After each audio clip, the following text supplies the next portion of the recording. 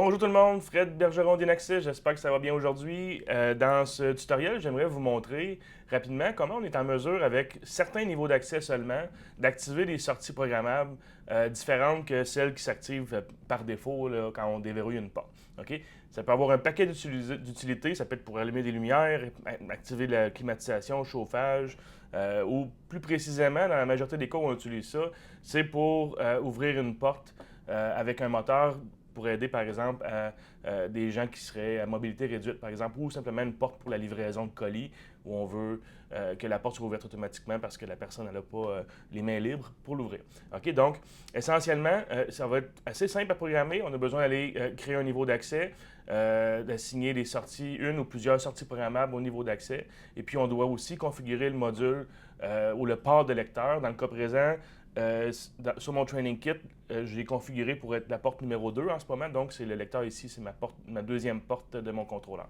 OK? Donc, voyons voir comment on peut programmer ça. Vous allez voir, c'est très facile.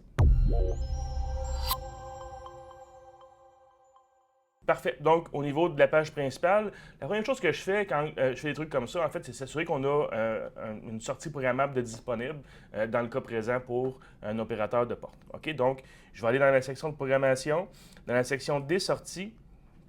Et puis ici, vous allez voir que j'utilise le module de sortie numéro 32, la sortie numéro 3, comme étant mon opérateur de porte pour la porte employée. OK? Fait que c'est la première étape. Vous trouvez une sortie programmable qui est disponible.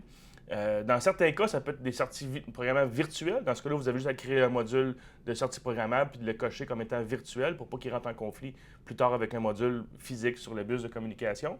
Mais dans un cas où c'est évidemment un moteur qu'on doit activer, on doit aller faire une pulse, un contact sur le moteur directement. Donc, on va avoir besoin d'un PX8 de disponible là, avec au moins une sortie disponible pour cette application-là. OK? Fait que première étape, vous choisissez la sortie, vous la nommez en fonction de ce qu'elle va être utilisée plus tard.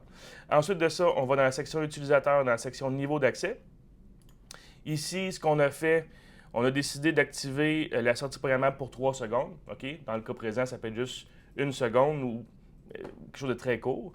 Et puis, on va activer cette option-là ici qui dit accès du lecteur, active la sortie. OK?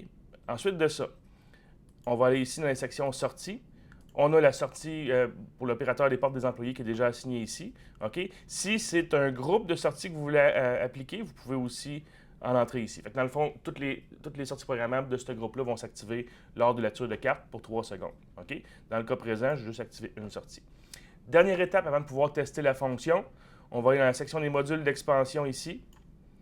Dans le cas présent, on travaille sur le port numéro 2, donc qui est en fait l'entrée des employés. Un petit peu plus bas ici, vous allez voir l'option que je souligne ici, comme ça. Ici, dans le fond, vous avez activé sortie du niveau d'accès. OK? Ensuite, on sauvegarde. Dans le cas de protéger GX, qu'on a maintenant devant nous, on doit attendre que le téléchargement se termine. À la fin du téléchargement, on va faire ça ici, mettre à jour le module. OK?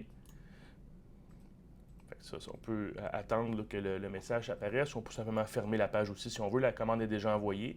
Donc, de fermer cette fenêtre-là, ça ne cancelle pas la commande. Ensuite de ça, si je vais m'avoir dans ma page de statut que j'ai créée pour ça, vous allez voir ici que j'ai fait la mise à jour du module. On va attendre que le module revienne en ligne avant de tester. Ça ne devrait pas être très long. Parfait, le module est revenu en ligne. J'ai ici l'état de ma porte, l'état de ma sortie programmable. Donc, si je passe une carte standard, un employé qui n'a pas besoin d'avoir la porte qui ouvre automatiquement pour lui, vous allez voir que je passe ma carte, la porte déverrouille, mais la sortie pour l'opérateur de porte ne s'active pas. OK?